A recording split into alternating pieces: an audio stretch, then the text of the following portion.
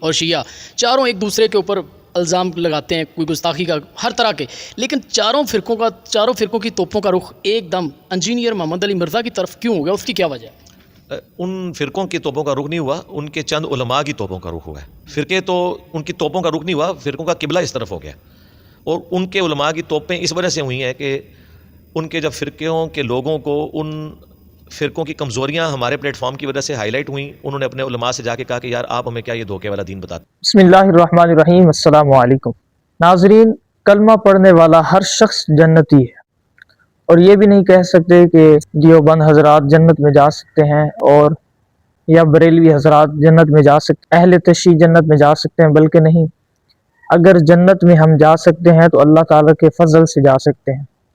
ناظرین، آپ سب سے پہلے یہ کلپ ملاحظہ فرمائیں جس میں مرزا انجینئر قادری نے یہ بیان دیا ہے۔ کون سا شخص ایسا ہے، کون سا ایسا فرقہ ہے جو جنتی ہو سکتا ہے؟ آپ یہ کلپ ملاحظہ فرمائیں۔ جیسا کہ آپ نے یہ کلپ سماعت فرمایا ہے جس میں مرزا انجینئر قادری یہ کہہ رہے ہیں کہ سب اہل فکر مکاتب کے لوگ جنت میں جائیں گے۔ میں آپ کو بتاتا ہوں کہ ہر شخص جو کلمہ گو ہے، یعنی جس نے ایمان لایا، کلمہ پڑھا، اور وہ شخص جو ہے وہ جنتی ہے جس شخص نے کلمہ پڑھا، ایمان لے آیا اللہ پر اور اس کے رسول پر اور دن آخرت پر اور قیامت پر اور اللہ تعالیٰ کی کتابوں پر ایمان لے آیا، فرشتوں پر بھی۔